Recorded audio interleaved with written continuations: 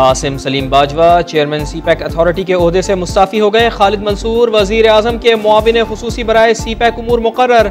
आसिम सलीम बाजवा ने ट्वीट में लिखा, सीपैक पाकिस्तान की लाइफ लाइन है, मंसूबों के मुस्तकबिल की सम तय कर दी गई है। सीपैक पाकिस्तान की तरक्की और खुशहाली का सबब बनेगा, मंजिल की जानिब सफ़र जारी रहेगा।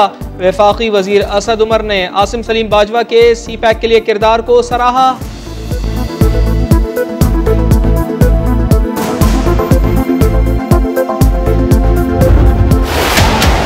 पाकिस्तान में ये था ना, जब आप चैलेंज करते हैं, और मैंने दोनों को चैलेंज कर दिया। दोनों ने मुझे बारी बारी कोशिश की कि मैं उनको ज्वाइन कर दूं, एक पीपल्स पार्टी नून लीग, और दोनों को मैं जानता था। बेनज़ीर मेरे से मेरी दोस्ती थी, और नवाज शरीफ को आपको पता है उसको क्रिकेट का ज्यादा शौक था, बाई चांस प्राइम मिनिस्टर बन गए। तो मैं तो आया ही उनकी करप्शन के अगेंस्ट था, तो इसलिए फिर मैंने दोनों को एक वक्त पे चैलेंज किया। सियासत शुरू की तो नून लीग और पीपल्स पार्टी ने शमूलियत की दावत दी थी। वजीर आजम इमरान खान का तकरीर से खिताब में इंकशाफ, बोले दोनों की करप्शन को जानते थे, इसीलिए अलग जमात बनाई और इन्हें चैलेंज किया। उन्हीं दो खानदानों ने मिलकर मुल्क को नुकसान पहुंचाया, अवाम में करप्शन को काबिल कबूल बनाया। मगरिब में किसी सियासतदान पर करप्शन का इल्जाम लगे तो मुआशरा माफ नहीं करता। ऐसे शख्स के साथ वही होता है जो इसहाक डार के साथ हुआ। अफसोस कि हमारे मुल्क में कहा जाता है, खाता है तो लगाता भी है, एक जरदारी सब पे भारी। कराची है, हैदराबाद है, वो वैक्सीनेशन में भी सबसे पीछे, सबसे ज्यादा मसला जो है वो वहाँ पर है। इसीलिए जो सिंध हुकूमत है उसको चाहिए कि वो अपने मामलात के ऊपर नज़र डाले और अपने गिरबान में झांके और अपनी गवर्नेंस को कुछ इम्प्रूव करने की कोशिश करे।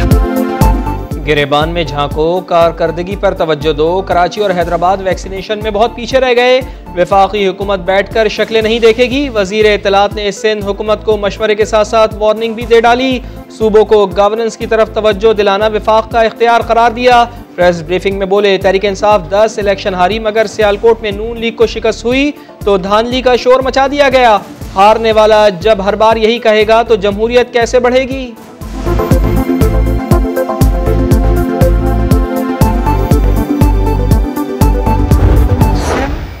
बंद करने का जो ऐलान था वो गेम चेंजर था।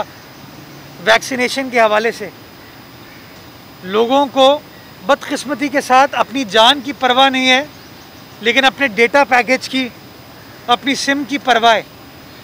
तो जिस तरह हम अपनी सिम को, मोबाइल को प्रायोरिटाइज करते हैं, उसको वैल्यू करते हैं, अगर हमने अपनी जान को, अपने बुज़ुर्गों, बच्चों की जान को वैल्यू किया होता तो शायद हमें इस तरह का ऐलान करने की ज़रूरत नहीं करनी पड़ती। वैक्सीनेशन में सुस्ती क्यों हुई? सिंध हुकूमत ये जिम्मेदारी भी अवाम पर डालने लगी। मुर्तजा वहाब ने सिम बंद करने की वार्निंग को गेम चेंजर करार दे दिया। सिंध हुकूमत के इक़दामात का दिफा किया, वफाक पर तनकीद भी की। बोले बदकिस्मती से मुल्क भर में SOPs पर अमल नहीं हो रहा। तर्जुमान सिंध हुकूमत ने बताया, कराची वालों ने वैक्सीनेशन लगवाने का रिकॉर्ड तोड़ दिया। एक दिन में 2,22,000 से ज्यादा शहरियों ने वैक्सीन लगवाई। MQM पाकिस्तान सिंध हुकूमत से नाराज।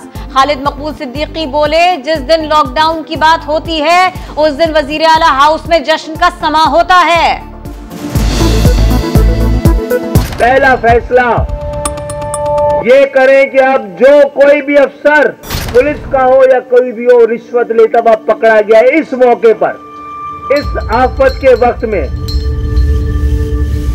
उसको न सिर्फ मुअत्तल किया जाएगा, नौकरी से बाहर निकाला जाएगा, बल्कि कौमी मुजरिम करार दिया जाएगा। कहते हैं कि यहाँ पे मेडिसिन ही नहीं है, और ये मेडिसिन आएगी तकरीबन 1 हफ्ते के बाद। साइनोवैक लगवाने के लिए आए थे, जिधर भी जा रहे हैं कह रहे हैं ख़त्म हो गई है, शॉर्ट हो गई है।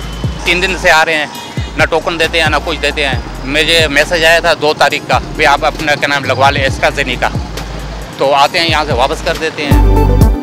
मूड बना तो वैक्सीन न मिली, कराची में साइनोफॉर्म और साइनोवैक गायब। शहरी दूसरी डोज लगवाए बगैर ही मायूस लौटने लगे। सिंध हुकूमत ने 12 मोबाइल वैक्सीनेशन सेंटर कायम कर दिए। शाह फैसल कॉलोनी में ड्राइव थ्रू सेंटर में गाड़ियों से ज्यादा पैदल वाले आ गए।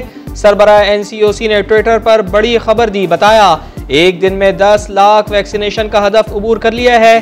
कराची की 26 और लाहौर की 27% आबादी की वैक्सीनेशन मुकम्मल। कोरोना से 24 घंटों में मजीद 67 मरीजों का इंतकाल। 3,582 नए केसेस रिपोर्ट।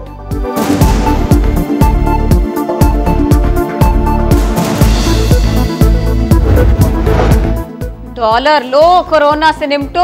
IMF कोरोना बहरान में मुआशी चैलेंजेस से निपटने के लिए रुकन ममालिक को $650 अरब देगा। पाकिस्तान को भी $2 अरब बगैर सूद कर्ज मिलने का इम्कान। रुकन ममालिक के लिए फंडिंग 23 अगस्त से शुरू होगी। वजीर खजाना शौकत तरीन से वर्ल्ड बैंक के नायब सदर की मुलाकात। पाकिस्तान की कोरोना के खिलाफ मौसर कोशिशों का एतराफ। लाहौर के इलाके हंजरवाल से 4 बच्चियां लापता। पुलिस ने मोहल्लेदार, नौजवान और रिक्शा ड्राइवर को हिरासत में ले लिया। पुलिस के मुताबिक लापता बच्चियों की जेर हिरासत नौजवान से गुलशन रावी में मुलाकात हुई थी। आखिरी लोकेशन जौहर टाउन की है। वजीर आला पंजाब ने बच्चियों की जल्द बाजियाबी का हुक्म दे दिया। बच्चियों की गुमशुदगी के एक के बाद एक वाकया दिल दहलाने लगे। पाकपतन में एक ही घर की 4 बच्चियां लापता हो गईं। वालिद बेटियों की तलाश के लिए दरखास्त लेकर थाने पहुंच गए। पुलिस ने मुकदमा दर्ज कर लिया। बच्चियों की तलाश के लिए स्पेशल टीम तश्कील दे दी गई। छापे जारी हैं। कभी उस्मान मिर्जा, कभी जाहिर जाफर। इस्लामाबाद में खवातीन मुजरिमों के निशाने पर। शहरी इख्तिदार में एक और खातून का कत्ल। सेक्टर F11 में कचरे से 25 साला खातून की तशद्दुद-ज़दा बोरीबंद लाश मिली। शनाख्त न हो सकी।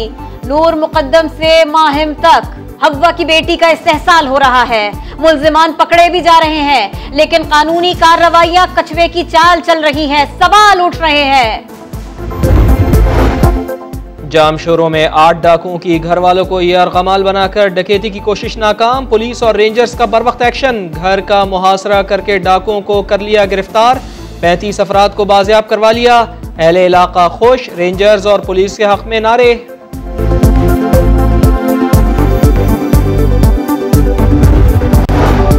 वजीर आजम हाउस में कमर्शियल इवेंट्स का एजेंडा मुअख्खर। वजीर आजम इमरान खान की जेर सदारत वफाकी काबीना के इजलास में फैसला।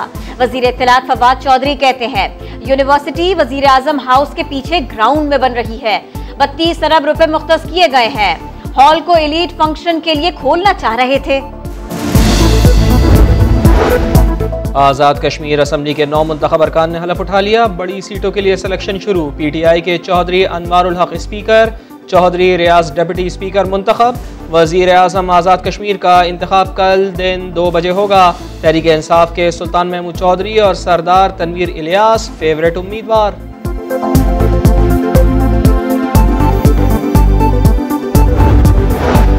खूबसूरती लाजवाब, सिक्योरिटी बेमिसाल। जो आए खूबसूरत नजारों का दीवाना बन जाए। पुरअमन माहौल देखे तो पाक फौज का मद्दाह बन जाए। स्कर्दू आने वाले अमरीकी, बरतानवी और दीगर ममालिक के सयाहों ने सफर को यादगार करार दिया। माउंट एवरेस्ट और K2 को सर किया। कौम का सर फख्र से बुलंद किया। मगर शहरोज काशिफ वापस लाहौर पहुंचा तो अहले खाना के सिवा कोई इस्तकबाल को न आया। शहरोज का कहना है कि वालिदैन और कौम की दुआओं से कामयाबी मिली। शहरोज काशिफ के K2 सर करने वाले कम उम्र तरीन पाकिस्तानी बन गए।